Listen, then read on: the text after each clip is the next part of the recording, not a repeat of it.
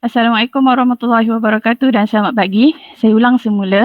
Okey, saya Puan Farah Azura binti Abdul Rahman, selaku penyelaras unit kualiti bagi Jabatan Kejuruteraan Elektrik. So, saya akan bagi taklimat dekat awak berkaitan tentang kualiti iaitu kehadiran pelajar. So, ni adalah perkara yang penting lah yang awak kena ambil maklum. Okey?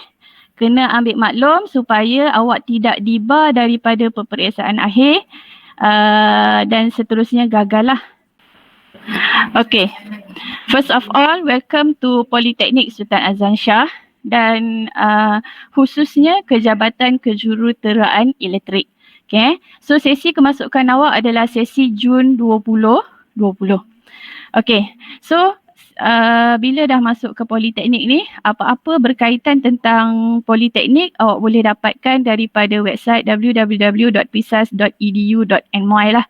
Okay. So dekat sini awak klik awak sebagai pelajar diploma, kemudian awak akan dapat satu page kat sini, pelajar diploma baharu. So dekat sini awak boleh tengoklah kat dalam tu berkaitan tentang latar belakang PISAS, lokasi PISAS. Okay, yang paling penting saya nak tunjukkan kat awak kat sini adalah takwim akademik untuk sesi Jun 2020.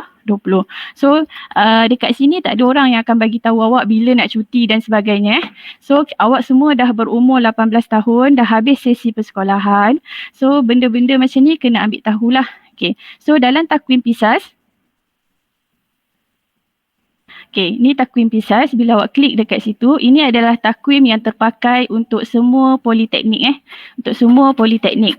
So dia ada kat situ untuk politeknik A adalah yang bercuti pada hari Jumaat dan juga Sabtu, politeknik B adalah yang bercuti pada Sabtu dan juga Ahad. So kita adalah kategori politeknik B. Okay. So bagi sesi ni, minggu perkuliahan adalah bermula. Okay, sesi perkuliahan, minggu perkuliahan kita tertakluk kepada 14 minggu. So minggu perkuliahan kita untuk sesi Jun 2020. Kena ingat kemasukan awak adalah sesi Jun 2020. Okay. Sesi Jun 2020 kita bermula minggu pertama adalah 10 hari bulan 8 iaitu hari Isnin minggu depan. Okay, saya percaya jadual waktu telah mula diedarkan. So awak akan masuk ke kelas mengikut jadual waktu kelas masing-masing. Okay, jelas setakat ni? Kalau siapa ada nak tanya apa-apa boleh terus onkan mic dan tanya soalan Okay. Okay, so minggu perkuliahan kita akan bermula sehingga 7 minggu, iaitu sehingga 27 hari bulan 9. Kemudian baru kita akan ada satu cuti pertengahan semester lah. Okay, next kita akan sambung semula minggu perkuliahan lagi 7 minggu. Okay, yang 9 minggu ni adalah untuk senior-senior awak yang ada 16 minggu perkuliahan. Awak punya ada 14 minggu perkuliahan, kemudian awak akan ada minggu ulang kaji sebelum awak masuk ke peperiksaan akhir.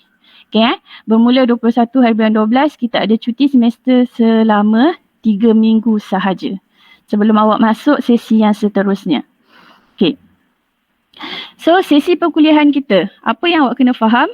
Okay, sesi perkuliahan kita ada kelas kuliah. Kuliah kita terdiri daripada teori dan juga amali. Maksudnya kelas awak ada kelas yang di-combine teori dan juga amali. Ada kelas yang fully teori dan ada kelas yang fully amali. So macam mana kita nak tahu kelas kita tu fully teori, fully amali ataupun combination? Awak kena rujuk kepada course outline. Okay, course outline ni akan diberikan oleh pensyarah kursus pada hari pertama sesi pertemuan awak dengan pensyarah kursus tersebut. Okay, so di dalam course outline tu nanti dia akan terangkan apa kriteria-kriteria yang perlu awak penuhi untuk awak dapatkan markah. So di antaranya adalah quiz, practical work, test, practical test, teori test, tutorial, end of chapter, project dan sebagainya lah. Okay, dalam course outline tu juga akan diberi perancangan bila lecturer nak buat test, bila lecturer nak buat teori test dan sebagainya. So awak kena follow yang itu sahaja. tanpa perlu lecturer ingatkan minggu ni ada test dan sebagainya, sepatutnya awak tahulah sebab daripada course outline awak dah boleh baca. Okey, perkara penting yang saya nak highlight kat sini adalah kehadiran awak ke kelas. Kehadiran ke kelas perlu lebih daripada 80%. Kena faham kehadiran ke kelas perlu lebih daripada 80%. Kalau dekat sekolah awak hadir ke tak hadir ke, tak ada sistem untuk bar awak daripada ambil peperiksaan akhir. Bar ni maksudnya kita cancelkan nama awak dan awak tak boleh ambil peperiksaan akhir, bermakna awak gagal lah. Punca dia apa? Punca daripada tidak hadir ke kelas. So yang ini kena jaga-jagalah. Okay. So saya nak terangkan lebih lanjut tentang kehadiran pelajar ke kelas. Boleh faham setakat ni? Okay. So kalau tak ada yang on mic tu saya kira semua faham lah Alright. Okay. Sepanjang sesi awak pergi ke kelas nanti, okay, akan adalah pelajar-pelajar yang mungkin tiba-tiba sakit, ada hal-hal kecemasan, ada hal-hal keugamaan ke dan sebagainya. So awak boleh mohon pengecualian kuliah. So borang pengecualian kuliah ni seperti yang saya paparkan ni, awak boleh ambil daripada awak punya penasihat akademik. Okay, perkara pertama, tolong isi maklumat yang berkaitan. Okay, kemudian letakkan tanda tangan, tarikh dan tanda tangan. Kemudian mesti kepilkan bersama-sama dengan bukti. Okay, kalau kata nak balik kampung sebab kakak nak kahwin ke, sendiri nak kahwin ke, okay, perlu ada kad kahwin dan sebagainya lah. Alright. Kemudian apa yang seterusnya, ambil sokongan daripada penasihat akademik. Penasihat akademik mesti tik disokong. Okay, kemudian bawa ke ketua program ataupun ketua jabatan. Ketua program seandainya ketua jabatan tak adalah, prioriti adalah ketua jabatan.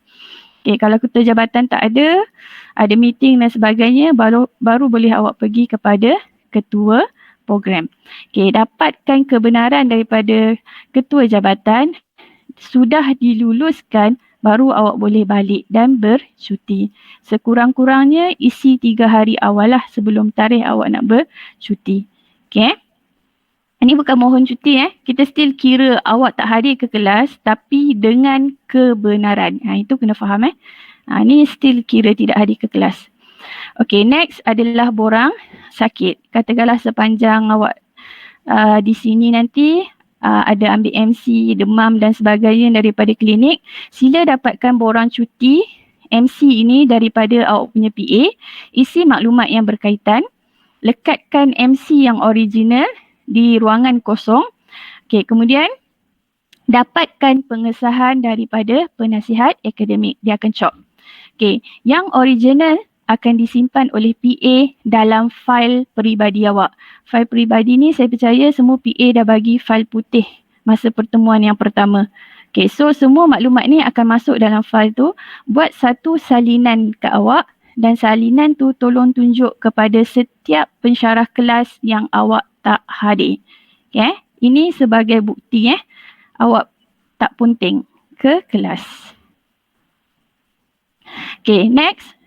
Okay, ini ada dalam buku arahan-arahan peperiksaan dan kaedah penilaian diploma edisi 6 Jun 2019. Okay, apa yang saya nak highlight kat sini? Okay, untuk melayakkan pelajar menduduki peperiksaan akhir, kehadiran dia ke kelas mesti melebihi 80% ataupun sekurang-kurangnya 80%. Okay. Kalau dia tak penuhi ini yang kita kata nama tersebut akan dihantar ke unit peperiksaan untuk dibar daripada menduduki peperiksaan akhir. Okay, untuk MC pula, awak boleh ambil dua MC, maksudnya daripada sama ada klinik kerajaan ataupun awak boleh dapatkan MC daripada klinik swasta. Tapi seandainya MC itu daripada swasta, okey, dia adalah terhad kepada 2 hari berturut-turut sahaja. Maksudnya dalam satu MC tu maksimum hari yang dia boleh tulis adalah 2 hari. Kalau perlukan lebih, kena pergi dari new semula maksimum 2 hari. Macam itulah dan seterusnya. Dan nilai maksimum MC swasta untuk satu semester adalah 8 hari sahaja. Kalau dah lebih 8 hari macam mana? Kena pergi endorse dekat klinik kerajaan. Okay, baru kita akan terima awak punya MC. Okay, perkara ni perlu jelas Saya tak nak nanti di akhir semester timbul isu-isu ni. Mulalah mak ayah awak datang sini dan sebagainya. Okay. Okay. Macam mana bila awak dah dapat MC ataupun surat pelepasan kuliah tadi? Tolong serahkan borang-borang yang telah awak isi tadi dalam tempoh 7 hari selepas ketidakhadiran awak. Okay, naik je kelas, katakanlah dah MC 2 hari, okay, hari ketiga naik kelas, dah kena settlekan borang MC dengan PA, dapatkan COP dan sebagainya. Lepas tu serahkan kepada pensyarah kursus kelas mana yang awak tak hadir. Tempoh yang diberi hanya 7 hari sahaja. Kalau dah peram sampai sebulan, pensyarah akan anggap awak sebagai ponting. Okay? Sebagai ponting. Maksudnya sengaja tak nak datang kelas lah. Sebab main game malam tu jadi tak dapat nak bangun awal pagi-pagi, tak datang kelas. Itu perkara biasa Bila dah masuk politeknik ni, dah tak ada mak yang nak tolong kejutkan bangun pagi, nanti dia mulalah tak boleh nak main datang kelas pukul 8, tak boleh nak datang kelas pukul 9. So, tolong behave lah Jaga diri baik-baik, cari kawan yang baik-baik yang boleh ingatkan kita. Okay. So apa akan terjadi seandainya awak tidak hadir ke kelas? Kita akan hantar surat peringatan. Okay, untuk first punya amaran, kita akan bagi surat peringatan. Bila surat peringatan ni akan dijana? Okay, dia akan dijana setelah 10% daripada jumlah kehadiran keseluruhan. 10% awak tak hadir daripada jumlah kehadiran keseluruhan, kita dah boleh keluarkan surat peringatan. Okay, sebagai contoh, saya bagi awak ada satu kelas dan kelas tu seminggu awak akan jumpa pensyarah selama 2 jam sahaja. Okay, so total minggu perkuliahan kita adalah 14 minggu. Okay, so 14 kali 2 adalah 28. Okay, 28 jam satu semester awak akan bertemu dengan pensyarah tersebut. Okay, 10% daripada 28 jam bermakna 3 jam perkuliahan awak tak hadir, 2.8 bersamaan dengan 3 jam lah. Okay, 3 jam bermaksud 2 minggu lah awak tak hadir kelas dan kita dah boleh keluarkan surat peringatan kepada awak lah. Okay, dan surat peringatan ini akan dipost kepada penjaga. So, perkara ni akan sampai kepada penjaga awak lah. Siapa yang awak tulis, ibu bapa awak dan sebagainya, dia akan dapat surat ni lah. Jangan terkejut pula nanti. Masa ni lah keluar segala lakonannya lah. Okay. Okay, dan salinan juga akan diberi kepada PA. So, PA adalah orang yang paling dekat dengan awak dan dia akan terima semua perkara berkaitan dengan awak. Dan pensyarah kursus akan simpan satu salinan. Okay. Ada soalan? Boleh ikut setakat ni? Tak ada Dia faham ni perkara penting Kita tak nak awak gagal. Boleh. Okay, saya teruskan Okay, seterusnya ini adalah amaran yang terakhir. Okay, amaran yang terakhir kita kata surat tunjuk sebab. Kita panggil surat ni sebagai surat tunjuk sebab kehadiran kurang 80%. Bila kata kurang 80%, maksudnya awak tak hadir tu 20% lebih lah. Okay, 20% lebih tadi kalau kita kata 10%, 2.8 ataupun bersamaan dengan 3 jam, 20% akan jadi 6 jam. Okay, 6 jam ni tak banyak. Kalau seminggu 2 jam, 2 minggu 4 jam, 3 minggu akan jadi 6 jam. 3 minggu tak hadir kelas, kita dah boleh keluarkan surat tunjuk sebab kepada awak. Okay, bila dapat surat tunjuk sebab, ini adalah yang paling penting sekali. Okay, dia akan melalui proses yang sama, akan dipostkan juga kepada penjaga awak. PA pun akan dapat salinan. Okay, unit kualiti JKE, saya akan dapat salinan. Jadi saya akan ada list nama semua pelajar yang masalah kehadiran dan pensyarah kursus akan ada salinan. Okay, surat ni dikeluarkan oleh pensyarah kursus Okay, so bila dah dapat surat ni, apa yang perlu awak buat? Ini sangat penting kena ambil perhatian.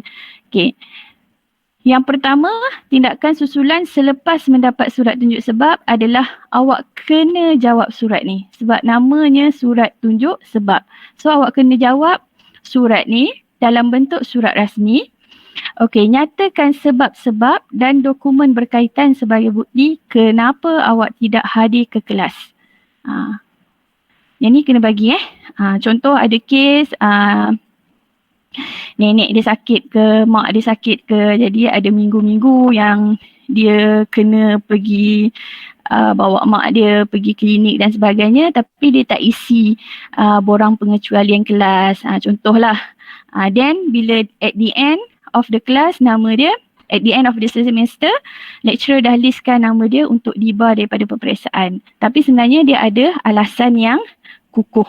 Kenapa dia tidak hadir ke kelas. So macam ni dia ada alasan lah. So dia boleh jawab surat tunjuk sebab ni dan dia nyatakan di kat situ, saya telah membawa ibu saya untuk appointment hospital setiap minggu pada hari Rabu. Kemudian kepilkan sekali surat-surat bukti, appointment hospital dan sebagainya.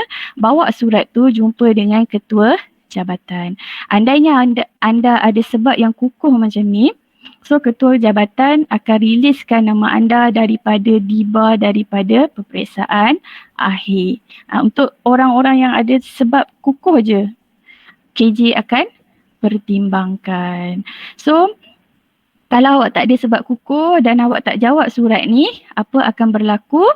Nama awak akan masuk dalam list pelajar-pelajar yang akan dibar daripada peperiksaan akhir. Maksud dibar ni maksudnya dihalang lah daripada memasuki peperiksaan akhir. Dan semua markah-markah PB awak yang awak dah kumpul, markah PB awak dapat daripada markah practical work, markah kuis, markah theory test, markah end of chapter dan sebagainya yang awak kumpul untuk dijadikan 60%, markah yang awak dah buat sepanjang 14 minggu tu akan dimasukkan. Maksudnya sebelum awak dah dihalang memasuki peperiksaan akhir dan maksudnya sekarang ni awak gagal lah subjek tu. Gagal untuk subjek tersebut. Subjek yang mana awak kena bar, subjek itu dikira sebagai gagal. Tapi kalau surat awak ni diluluskan oleh KJ, nama awak akan digugurkan daripada dibar di peperiksaan akhir dan awak boleh duduk peperiksaan akhir seperti biasalah. Okay. Ada nak tanya soalan? Faham. Tak ada. Tak ada, boleh jelas Jelas. Boleh jelas. Jelas. Okay. Boleh So, kalau apa dia? Okey, borang pengecualian kuliah dan juga borang MC tadi awak boleh dapatkan melalui PA awak melalui PA. Boleh minta dengan PA, nanti PA arrange lah dia nak bagi kat ketua kelas ke, dia nak bubuh dalam Teams ke, nanti PA akan arrange kemudian. Okay, ada soalan lain? Okey. Okay. So kalau tak ada apa, itu sahaja daripada saya. Selamat datang ke Jabatan Kejuruteraan Elektrik. Semoga awak semua sama-sama dapat belajar dengan baik di sini, enjoy untuk duduk di sini dan dah dapat grade on time. Okay. InsyaAllah. Sahaja. Terima kasih. Assalamualaikum. Terima kasih puan.